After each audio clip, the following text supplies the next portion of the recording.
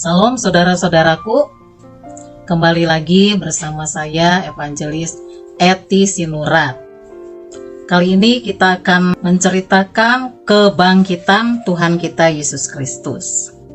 Seperti yang sudah kita ketahui, Tuhan Yesus Kristus itu memakai tubuh manusia hanya kurang lebih 33,5 tahun saja.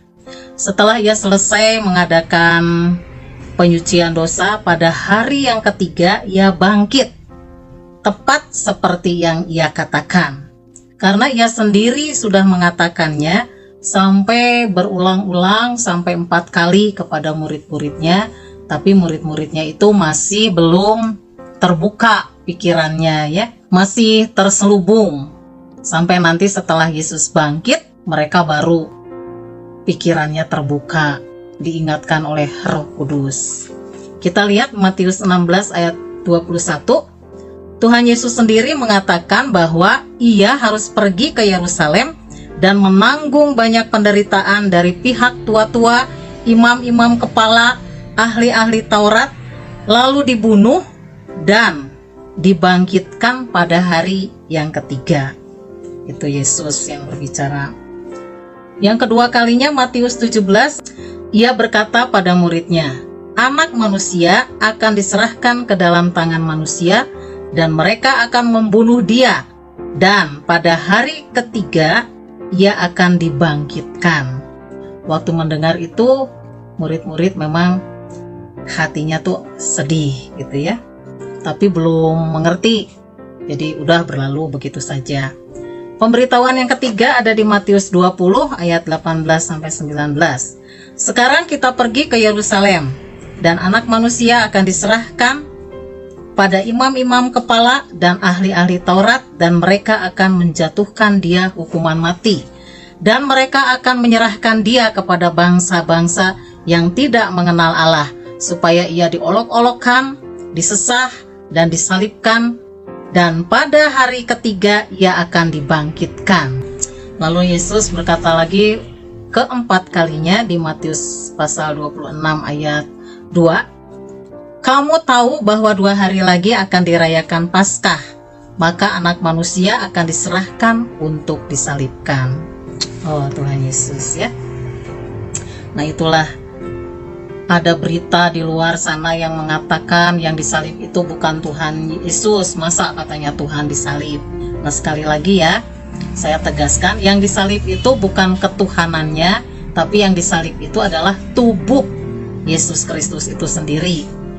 Allah datang menjadi manusia untuk mengenakan tubuh manusia, karena tubuh manusia itu kan ada darah. Di dalam darah itu adalah nyawa, nyawa adalah darah gitu ya. Darah yang suci, kudus, tak bercacat celah hanya ada di dalam tubuh Yesus Kristus itu sendiri. Itulah sebabnya Allah datang menjadi manusia untuk menyerahkan nyawanya. Di kitab Yohanes ada berkata, "Bapa mengasihi aku oleh karena aku memberikan nyawaku untuk menerimanya kembali. Tidak seorang pun mengambilnya daripadaku, melainkan aku memberikannya menurut kehendakku sendiri. Aku berkuasa memberikannya dan aku berkuasa mengambilnya kembali. Inilah tugas yang kuterima dari Bapakku." Nah itu ya, jadi Tuhan Yesus itu menyerahkan nyawanya sendiri dan dia mengambil nyawanya sendiri. Jadi dia itu disalib itu bukan karena dia kalah begitu ya, tetapi keinginannya sendiri untuk misi menyelamatkan umat manusia dari segala dosa-dosa, ancaman dosa itu ya. Nah, waktu Yesus dikuburkan juga ada saksi. Saksinya itu ialah ada Yusuf dari Arimatea. Yusuf ini seorang yang kaya, dia sudah menjadi murid Yesus dan dia mempunyai kubur yang baru yang diberikannya untuk Tuhan Yesus ini ya. Dia serahkan kubur baru, kubur di orang Yahudi itu di dalam gua, jadi ditutup, ada pintunya ditutup oleh pintu batu begitu ya, saudara-saudaraku.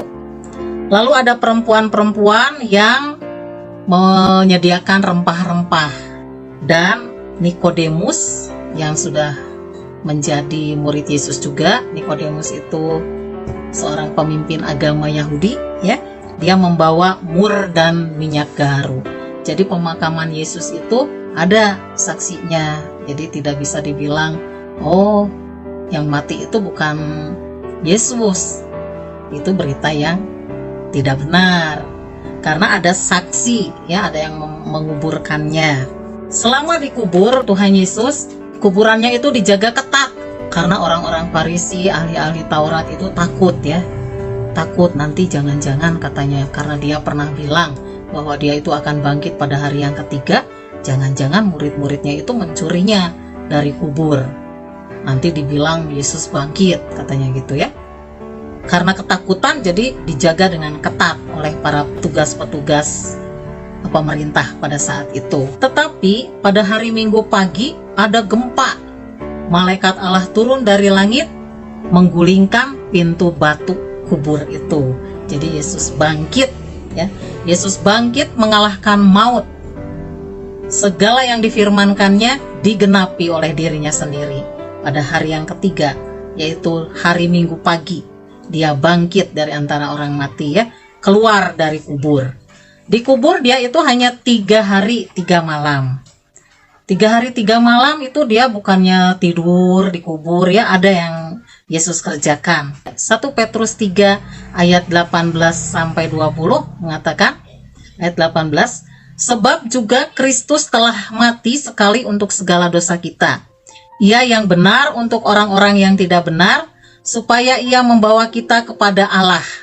Ia yang telah dibunuh dalam keadaannya sebagai manusia, tetapi yang telah dibangkitkan menurut roh.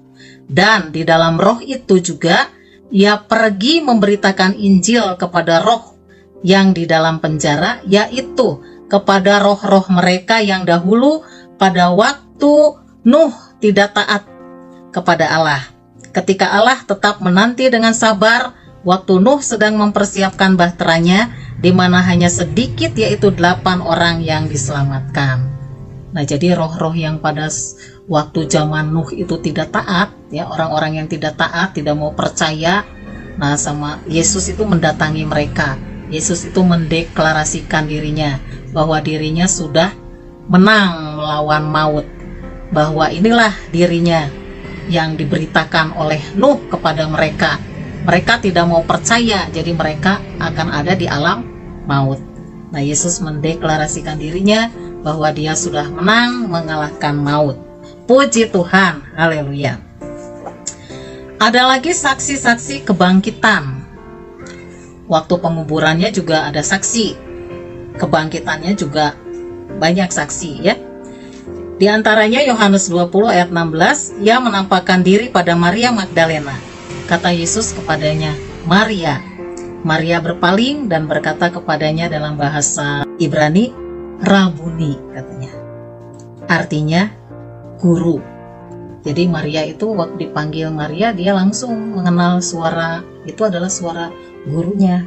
Di Yohanes 20 ayat 19, ia menampakkan dirinya kepada murid-muridnya. Ketika hari sudah malam pada hari pertama minggu itu, berkumpullah murid-murid Yesus di suatu tempat dengan pintu-pintu terkunci karena mereka takut kepada orang-orang Yahudi. Pada waktu itu datanglah Yesus dan berdiri di tengah-tengah mereka dan berkata, damai sejahtera bagi kamu. Mereka terkejut, ya. Jadi tubuh kemuliaan, tubuh kebangkitan, tubuh Yesus yang sudah dibangkitkan itu mulia. Jadi tubuhnya itu bisa masuk ke dalam ruangan, bisa menembus tembok, ya. Jadi tidak terbatas oleh ruang, gitu, ya, tubuh kemuliaan. Lalu di lain kesempatan Yesus juga menampakkan diri pada murid-muridnya di danau, di pantai, ya, di pantai Danau Tiberias. Yohanes 21 ayat 1, kemudian Yesus menampakkan diri lagi kepada murid-muridnya di pantai Danau Tiberias. Pada saat itu murid-murid mungkin, ya, karena Yesus sudah bangkit, mereka nggak melihat Yesus tidak bersama-sama setiap hari lagi. Jadi kembalilah beberapa murid ini memancing lagi, karena mereka tuh, beberapa orang dari mereka bagian nelayan. Lalu murid-murid menangkap ikan, tapi semalam-malaman tidak berhasil. Yesus datang pada mereka, kata Yesus, hei anak-anak, adakah kamu mempunyai lauk pauk? Mereka menjawab, tidak. Kata Yesus, tebarkanlah jalamu di sebelah kanan perahumu, maka kamu akan memperoleh. Lalu mereka lakukan perkataan Yesus dan mereka memperoleh banyak ikan. Singkat cerita ya, lalu mereka makan bersama-sama. Jadi tubuh kemuliaan itu bisa makan, bisa tidak. Di sini bisa makan. Waktu Tuhan Yesus Kristus menampakkan diri pada ke-12 murid-muridnya, Thomas tidak ada di tempat. Dia tidak percaya. Dia mengatakan sebelum ia melihat dan mencucukkan jarinya pada bekas lubang paku di tangan dan bekas tombak di lambungnya, dia tidak akan percaya. Katanya begitu. Di Yohanes 20 ayat 26 sampai 29 mengatakan ya, 8 hari kemudian murid-murid Yesus berada kembali dalam rumah itu dan Thomas bersama-sama mereka. Sementara pintu terkunci, Yesus datang dan ia berdiri di tengah-tengah mereka dan berkata, "Damai sejahtera bagi kamu." Kemudian ia berkata pada Thomas, "Taruhlah jarimu di sini dan lihatlah tanganku. Ulurkanlah tanganmu dan cucukkan ke dalam lambungku. Dan jangan engkau tidak percaya lagi, melainkan percayalah." Thomas menjawab dia, "Ya Tuhanku dan Allahku." Kata Yesus kepadanya, "Karena engkau telah melihat aku, maka engkau percaya. Berbahagialah kamu yang tidak melihat, namun percaya." Lalu di satu kesempatan, Yesus juga menampakkan diri pada 2 orang murid di jalan ke Emmaus. Lukas 24 ayat 27. Ia menjelaskan apa yang tertulis tentang dia dalam seluruh kitab suci, mulai dari kitab-kitab Musa dan segala kitab nabi-nabi. 1 Korintus 15 ayat 6, sesudah itu ia menampakkan diri kepada lebih dari 500 saudara sekaligus. Di Kisah 1 ayat 3, kepada mereka ia menunjukkan dirinya setelah penderitaannya selesai, dan dengan banyak tanda ia membuktikan bahwa ia hidup, sebab selama 40 hari ia berulang-ulang menampakkan diri dan berbicara kepada mereka tentang kerajaan Allah. Puji Tuhan. Jadi setelah kebangkitannya, dia menampakkan diri berulang-ulang kepada murid-muridnya untuk membuktikan bahwa benar dia itu sudah bangkit dan dia hidup. Pesan Tuhan Yesus pada murid-muridnya di Matius 28 ayat 17 sampai 20. Ketika melihat dia, mereka menyembahnya, ayat 17. Tetapi beberapa orang ragu-ragu. Ayat 18, Yesus mendekati mereka dan berkata, "Kepadaku telah dikaruniakan segala kuasa di sorga dan di bumi. Karena itu, pergilah, jadikanlah semua bangsa muridku, dan baptislah mereka dalam nama Bapa dan Anak dan Roh Kudus. Dan ajarlah mereka melakukan segala yang telah kuperintahkan kepadamu. Dan ketahuilah, aku menyertai kamu senantiasa sampai kepada akhir zaman." Puji Tuhan ya. Murid-murid semua menyembah dia setelah kebangkitannya. Kepada yang ragu-ragu dia katakan, "Kepadaku telah diberikan segala kuasa di sorga dan di bumi." Dengan kata lain, kenapa kamu harus ragu-ragu? Akulah dia. Begitu ya. Oh Tuhan Yesus. Lukas 24 ayat 51 sampai 53. Dan ketika ia sedang memberkati mereka, ia berpisah dari mereka dan terangkat ke sorga. Mereka sujud menyembah kepadanya. Lalu mereka pulang ke Yerusalem dengan sangat bersukacita. Mereka senantiasa berada di dalam bait Allah dan memuliakan Allah. Setelah Yesus memberi pesan ya, amanat agung, menyuruh kita memberitakan Injil kepada seluruh bangsa-bangsa, dan Yesus juga berjanji menyertai kita sampai kepada akhir zaman. Lalu Yesus memberkati dan naik ke surga. Kisah 1 ayat 10 sampai 11 dikatakan, ketika mereka sedang menatap ke langit, waktu ia naik itu, tiba-tiba berdirilah 2 orang yang berpakaian putih dekat mereka dan berkata, "Hai orang Galilea, Mengapakah kamu berdiri melihat ke langit? Yesus ini yang terangkat ke sorga meninggalkan kamu, akan datang kembali dengan cara yang sama seperti kamu melihat dia naik ke sorga. Puji Tuhan, kita mempunyai Tuhan Allah yang hidup dari sorga, karena kasih-Nya turun ke bumi menjadi manusia selama kurang lebih 33,5 tahun, lalu kembali lagi ke sorga. Dia mengatakan, Dia menyediakan tempat bagi kita di sorga. Janganlah kita khawatir dan gelisah. Akulah jalan dan kebenaran dan hidup. Tidak ada seorang pun yang datang kepada Bapa kalau tidak melalui aku. Haleluya. Saudara-saudaraku, teman-temanku, apabila Anda setelah mendengar firman Tuhan ini, saya tidak berkata-kata dari diri saya sendiri, saya hanya mengatakan beberapa firman Tuhan supaya kita diingatkan kembali bahwa hanya Yesuslah satu-satunya jalan ke surga, dan darah Yesus Kristus yang sudah menyucikan kita dari segala dosa, yang sudah membenarkan kita, menguduskan kita, mengampuni segala dosa-dosa kita. Semuanya sudah dikerjakan oleh Tuhan Yesus Kristus. Itulah sebabnya pada saat Yesus disalib, Dia mengatakan sudah selesai. Jadi segala apa yang dibutuhkan oleh manusia untuk bisa selamat sudah diselesaikan oleh Tuhan Yesus Kristus sendiri.